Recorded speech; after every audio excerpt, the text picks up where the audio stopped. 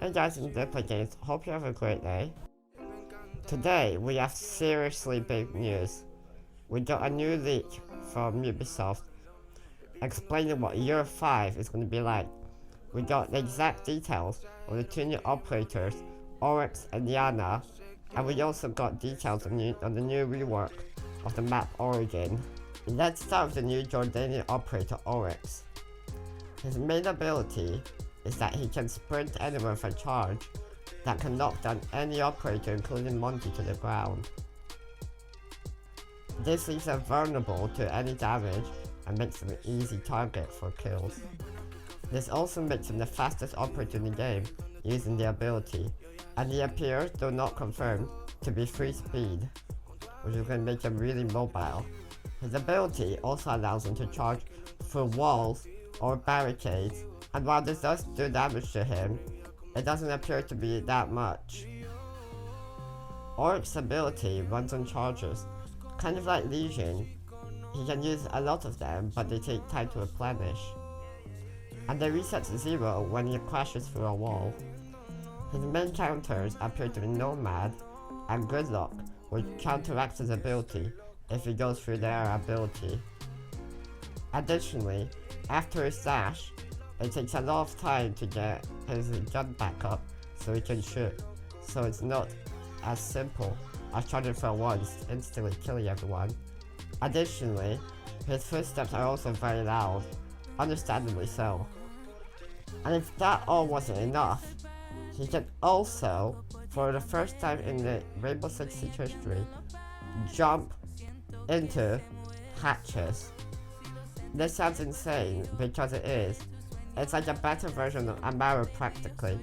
Now he cannot jump through roof hatches, but he basically jumps into a broken hatch, and he can then decide whether he wants to go up fully into it or drop back down if it's unsafe. This sounds incredible, and I can't wait to try him out properly. Also, his jumping ability is completely unrelated to the charge ability, so you can use them both in a simultaneous way. He sounds like a very dangerous defender, and I cannot wait to try him out. Alright, now onto the second operator, the attacker, Jana, who is practically a better Alibi. She gets a hologram, which practically can do anything, including jumping through windows, running around, sprinting, almost anything you can do normally as the operator, except shoot and repel. Anything else she can do. Now, while it can't do any actual damage to people or objects, it can still be a great attacker, as she can do great distractions with her ability, and even try to break out many gadgets, perhaps Goyo's or Smoke's abilities, which could affect the meta in a very interesting way. I'd love to find out how this changes the meta. Now, she does have a few counters. First of all, her ability takes one shot to get destroyed. Whether it's one bullet from a shotgun or from a pistol, it does not matter.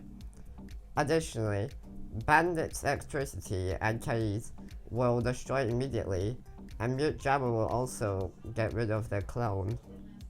However, unlike Alibi, her ability does not make a ping when she gets shot, so it's slightly different to Alibi's ability.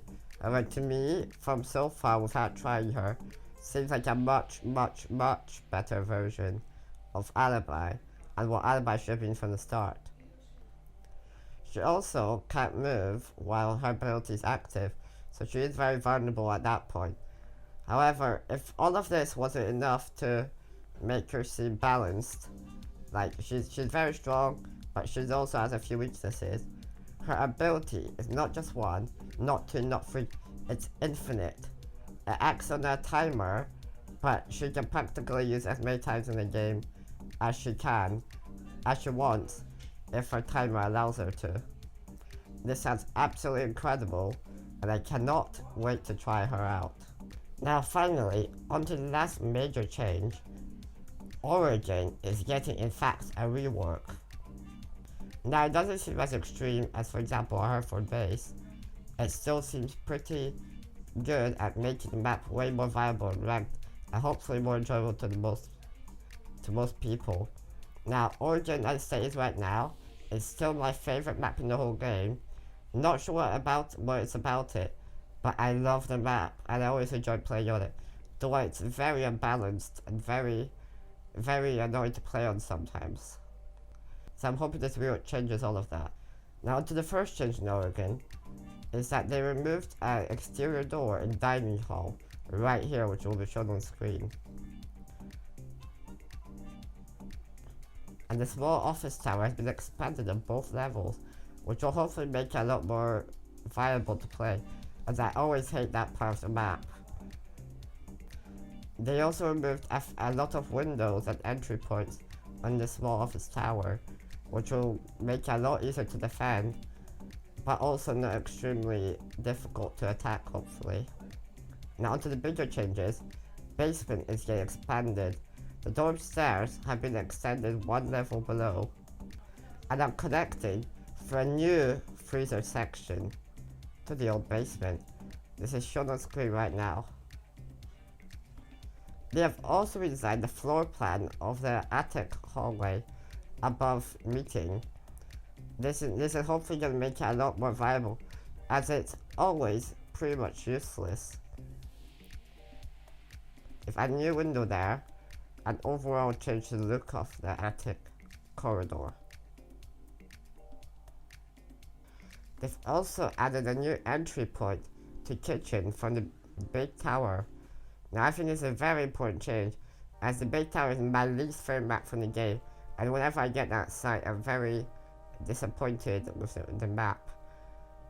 Now I think this makes it a lot more sense, as currently the big tower has no sense really, and nobody ever picks it, unless it's automatically picked in casual.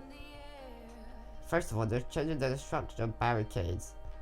They're now way less obtrusive, and they're also changing the way the damage works on them. Now I think this is a very important change. After 5 years, they're finally changing this very annoying detail about the game where you can't see anything through the actual barricades most of the time. I'm very happy about this change.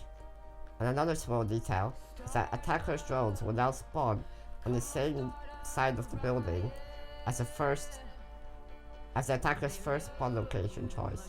Now this is a very small change, but it's going to make it a lot more consistent with droning out the area, and I think it's a very nice change. Though very, very small, but very nice. And they've also changed the hub to look like this. Nice change, looks a lot more modern, and I think it's a very nice change compared to what we have now. Now the Oregon Rework and the new small changes will be available to all players when Operation Void Edge launches, and the operators will be available to players with Season Pass on the day of release. Otherwise, players will be able to wait 1 week after the release to buy it with either Renown or R6 credits as the usual. Now that's going to be everything on the new update. I hope everyone's watching it really enjoyed this video. If you did, I'd really appreciate a like, a subscribe, and turn on the notification bells so you know when I upload every single time. Now I play Siege's voice commands. If you want to check it out, you can check out some of my other videos, or check out my Twitch where I live stream there every Monday, Wednesday, Saturday, and Sunday. The link will be in the description below. And you can also join my Discord server if you like, where I hang out with all my subscribers and followers there.